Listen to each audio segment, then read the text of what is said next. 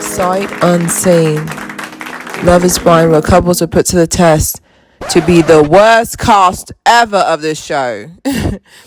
We're going to be talking about the psychology, different versions of narcissism, and why the future of Love is Blind might be blurry. So let's get into the cast first, okay? Let's get into the cast. Don't forget to subscribe as well. Honestly, the cast this season, I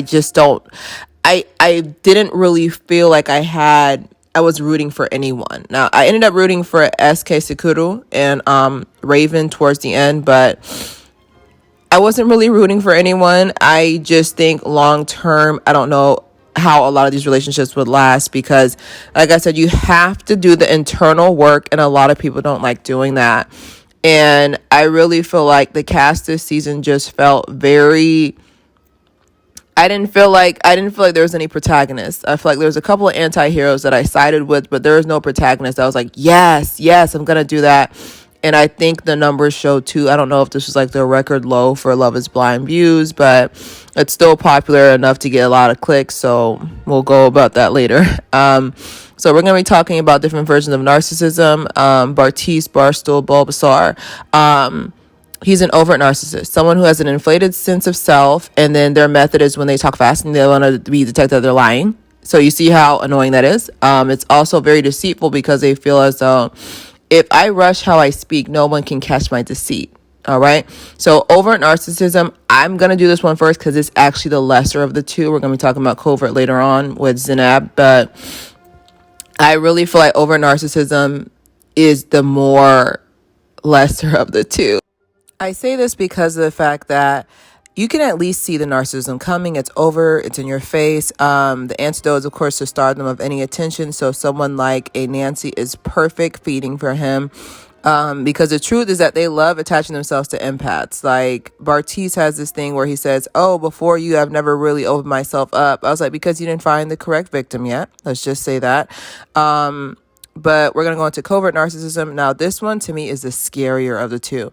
This is someone who has a deflated sense of self that allows you to victimhood. You're going to have to walk around a lot of eggshells with them. Their method is basically, they have what we like to call a serpent's tongue in psychology. Basically, they're very influential. They have a tendency to gather folks together, and they will not stop at nothing to be negative. There's nothing you can say that will alleviate their need and thirst to be negative about their life. I really feel like it's very easy for this one to go undiagnosed because it's rarely diagnosed correctly unless you have specific examples. The antidote, of course, is the same thing as all narcissism, is to starve them of any recognition, pretend they do not exist. Because like I said, their biggest fear is that no one sees them. And so they beat you to the chance by making sure you don't see them. So I feel like we can get into the psychological part of that, is that this is all supposed to be an experiment, right? And so in a typical experiment, it's supposed to have a result. Don't forget to subscribe. But like in a typical experiment, it's supposed to have a result that we all can use for further research. And I feel like the experiment's not being done correctly. You're supposed to gather a test group, provide a good environment, but the biases is where it's coming in. That's ruining everything. I also feel like because of the fact that this is what they call a, one-sided experience, not a double-blind experiment where the person who's proctoring the experiment is blind. But I think it's really the fact, and this is the first class, I really think it's the fact that a lot of them don't really understand that the people who are proctoring it, I'm trying to say the Lachey's, the people who are proctoring, they're not performing the performance correctly, and who knows the future of it? Because like I said, like from season 1, I feel like it was more pure because the experiment was fresh. No one really knew the advantages of it. Like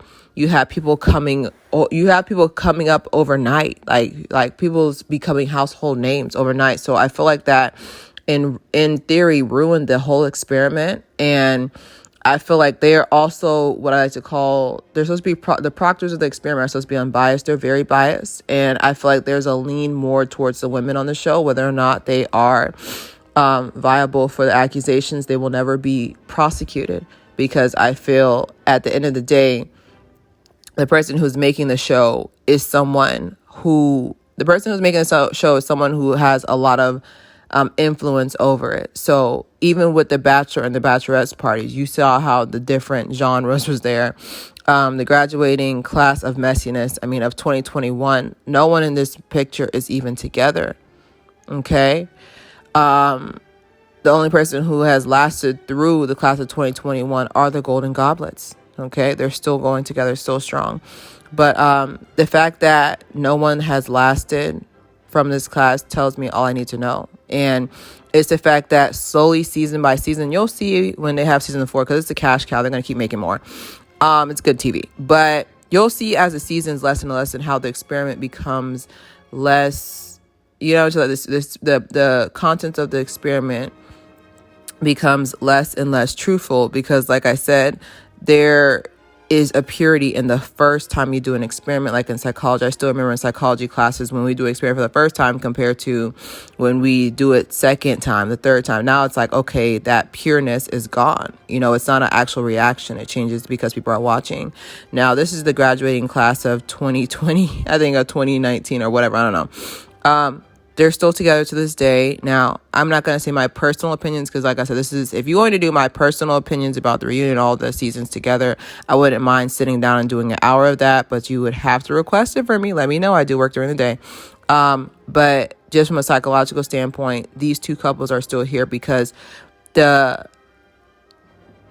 experiment was more unbiased in the first season. I feel like the second and the third season were a little bit more biased on how people were paired together and how the time frame, I feel like the time frame is getting shorter and shorter. So people are kind of forcing themselves. For some reason, I feel like even with the editing, I feel like season 1, they had more time for the experiment to be viable because they gave enough time for the experiment to make sense. Now I feel like each season is shorter. So you got to tell somebody that you'll love them in 72 hours or you're going to be replaced.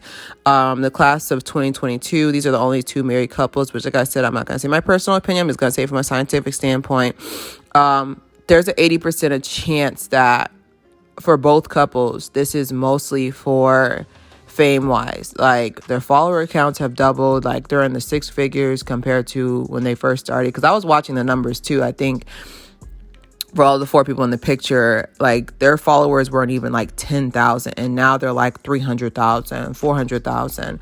So this is definitely a strategic move for them in that aspect. But I would say because the experiment, like I said, like every time you do the experiment, the purity of it goes on. Like, the behavior of the subject changes because they know someone's studying them. So I feel like they know the world's watching and that this is going to come back to benefit them in the long run. It's going to benefit them in the long run. So who knows, good luck to them. We'll see about next year. Now, my final thoughts. I think the show is really good for TV. Honestly, it's good talk. It's good talk. It's a perfect example, honestly, with Bulbasaur and Zenab. Like, I truly feel like they're perfect examples of narcissism. And I think it needs to be brought to the forefront because narcissism is just thrown around. It's very nuanced. Everybody's like, hey, I had a good day today. Oh, you're a narcissist. Please don't do this. As someone who is in the psych field, we hate that, by the way, okay? Because you're basically saying, what happens is that the longer you just throw this out here, the less it becomes true. So more and more people are just going to be using it. It kind of invalidates it. But let me know your options and your opinions. Don't forget to subscribe and share. It's Claire here.